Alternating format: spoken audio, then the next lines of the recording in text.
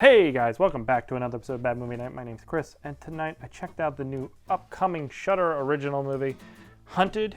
It is the directorial debut of one Vincent Paronnaud. I'm pretty sure I pronounced that incorrectly. I apologize. It is a French movie about a young woman who has come to town because she's on a work trip. She's obviously dealing with the patriarchy and is being belittled by her male colleagues.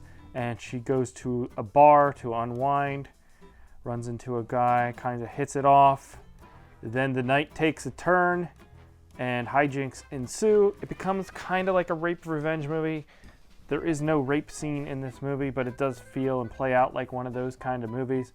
I don't know what you want to call it, like a survival type thing where they're just kind of stalking her through the woods through the entire movie. There's not much story beyond that. It's mostly a bunch of plot beats and where action happens and sequences play out.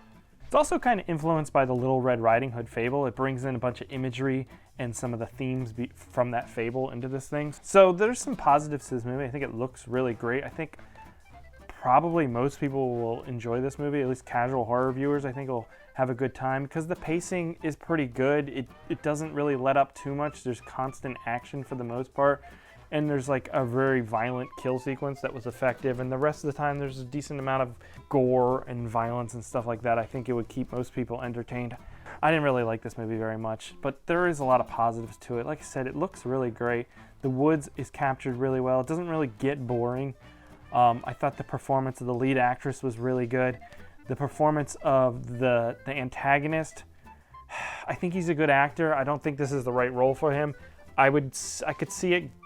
People disagreeing with me, but to me this guy kind of comes off as like a cop in like a New York crime drama or something like that. I think like what they were trying to go for was like the kind of psychopath who at one point seems like a normal person and then just snaps and goes crazy, and it's kind of unexpected. It's shocking, but to me he never felt normal. He always felt off. So I don't really think they kind of hit that dynamic they were looking for. I think there's a lot of like cringy dialogue in this movie, and a lot of times it feels like, if you've ever watched like an Italian movie that's been overdubbed with English, it kind of feels like they're saying the lines, but like a direct translation, so it doesn't kind of sound natural. And that happens a lot of times in this movie as well.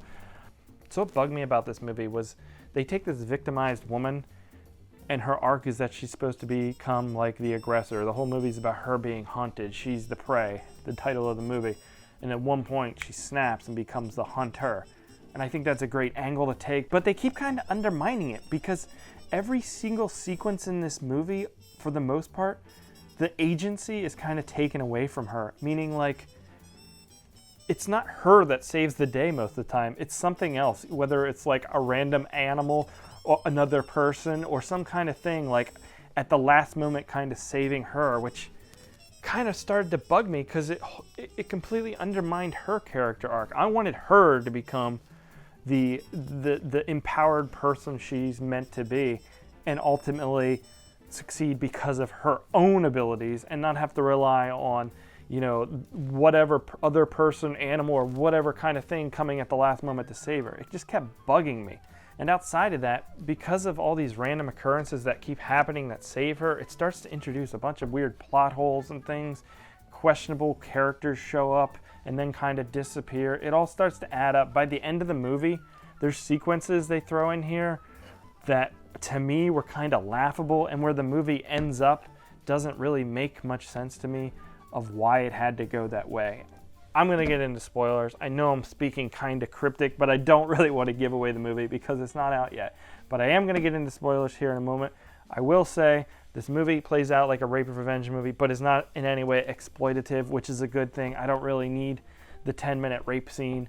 But you get some of the implied nature of those kind of movies by seeing hints of like snuff films that this antagonist has made himself. They don't really show you anything. It's mostly dialogue and kind of creepy visuals. But it gets the point across in a way without having to be like just completely degrading and disgusting. So I appreciated that about the movie.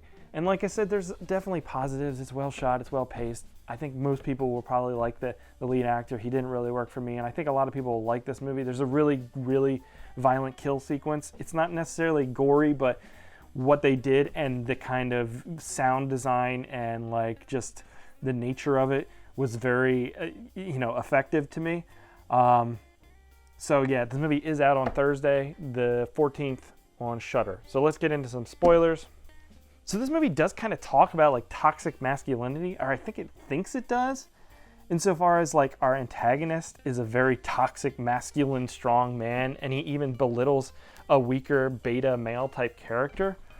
But it all kind of feels surface and pointless because the guy is a complete psychopath. So it's not really relatable. It's like, is he a toxic man living in a normal world? No, he's just kind of a crazy person murdering and making snuff films. So who's to say what? I don't really know what that adds to the conversation and what they're trying to get at with that stuff.